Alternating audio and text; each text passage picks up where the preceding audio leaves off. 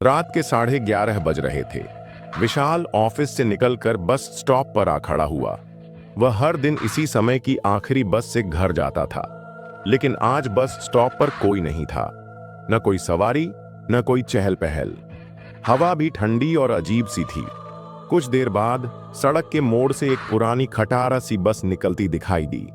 उसकी हेडलाइट्स मध्यम थीं और इंजन से कराहने जैसी आवाज आ रही थी। विशाल ने घड़ी देखी।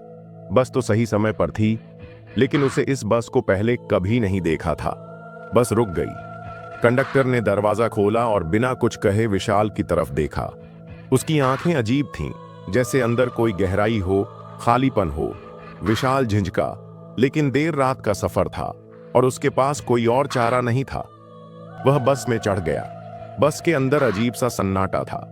केवल कुछ यात्री थे और वे सभी सिर झुकाए बिल्कुल शांत बैठे थे। उनके चेहरे सफेद और बेजान लग रहे थे। विशाल ने सीट पर बैठते हुए उन्हें गौर से देखा।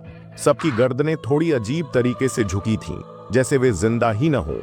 बस धीरे धीरे चलने लगी। ड्राइवर के चेहरे पर भी कोई भाव नहीं थे। विशाल ने कंडक्टर को पैसे देने के लिए जेब में हाथ डाला और पूछा, ये बस कहां तक जाएगी? कंडक्टर ने बिना पलक झपकाए जवाब दिया, जहां तक तुम्हें जाना हो, लेकिन वापसी का टिकट नहीं मिलेगा। विशाल ठिठक गया। मतलब?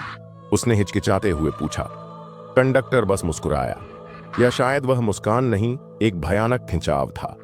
बस के अंदर का माहौल और भी अजीब होने लगा। खिड़कियों से बाहर अंधेरा इतना घना था कि कुछ दिखाई ही नहीं दे रहा था।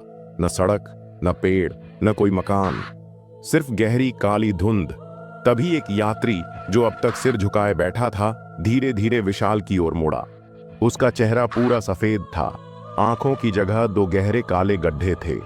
विशाल का दिल तेजी से धड़कने लगा। फिर दूसरा यात्री भी मुड़ा। उसका चेहरा और भी डरावना था। होंठ सिले हुए, जैसे किसी ने धागे से सिल दिए हों। विशाल के शरीर में ठंड दौड़ गई। उसने सीट से उठने की कोशिश की, लेकिन उसके पैर जम चुके थे। कंडक्टर अब धीरे धीरे उसकी ओर बढ़ रहा था। अब तुम भी हमारे साथ चलोगे? कंडक्टर की बात विशाल के कानों में गूंजने लगी।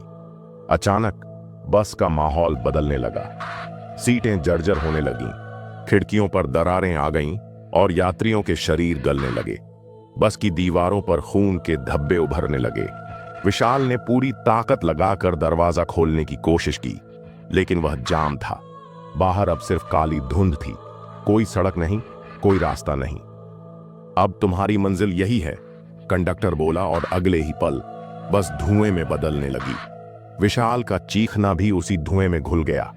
अगली सुबह अखबार में एक खबर छपी। पिछले 20 सालों से हर साल 10 फरवरी को एक व्यक्ति गायब हो जाता है।